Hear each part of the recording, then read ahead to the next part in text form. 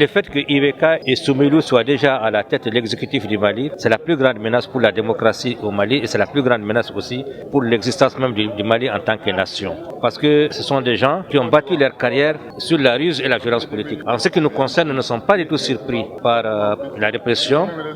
En fait, ils ont simplement peur que les peuples fassent la démonstration de leur impopularité et c'est pour ça qu'ils veulent réprimer cette marche. C'est leur dernier barreau d'honneur et j'espère que les peuples vont sortir pour leur infliger une véritable défaite. Ils nous ont amené maintenant à un affrontement et ils doivent l'assumer maintenant jusqu'au bout. C'est un bateau ivre qui tangue, un bateau ivre et qui s'affole. Et dans sa folie, on veut écraser les gens, on veut leur interdire le droit de parler. Mais c'est impossible dans notre pays. C'est impossible dans notre pays et comme ils le promettent, ils veulent l'épreuve de force. Ils veulent tout faire pour intimider.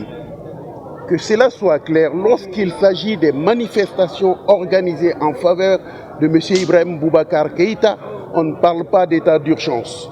On remplit des bus de personnes, on les déverse partout où ils partent. Là, c'est bon, il n'y a pas d'état d'urgence. Mais on ne peut pas nous réunir ici.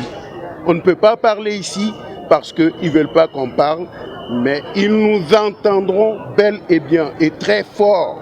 Il est important de libérer l'ORTM de la colonisation dont cet office est l'objet aujourd'hui. Et également, bien entendu, nous faisons tout ça parce que nous voulons l'alternance. Nous voulons envoyer un message très fort à ce pays pour dire que le président sortant ne peut pas gagner au premier tour comme il le prétend. C'est impossible qu'il gagne au premier tour. En 2013, il avait le soutien de la junte de Kati, il avait le soutien des milieux religieux, il n'a pas pu gagner au premier tour. Il avait un ami à l'Élysée, il n'a pas pu gagner au premier tour. Alors, il a eu 39%. Et 5 ans après, il a un bilan qui est catastrophique, qui est un immense gâchis. La situation malienne aujourd'hui est pire qu'en 2013, de tous les points de vue. Je ne vous parle pas de la corruption qui a atteint des sommets jamais égalés au Mali. L'insécurité qui s'est répandue du nord au centre jusqu'aux portes de Ségou. Le bilan est catastrophique. Je ne vois pas comment ce président peut gagner au premier tour. Ensuite, il a été lâché par presque tout le monde. Ses principaux soutiens politiques l'ont lâché. Vous avez une dizaine de ministres, premiers ministres, directeurs généraux qui se présentent contre lui parce qu'ils se sont rendus compte qu'il n'a pas été à la hauteur des attentes du peuple, qu'il a déçu le peuple malien.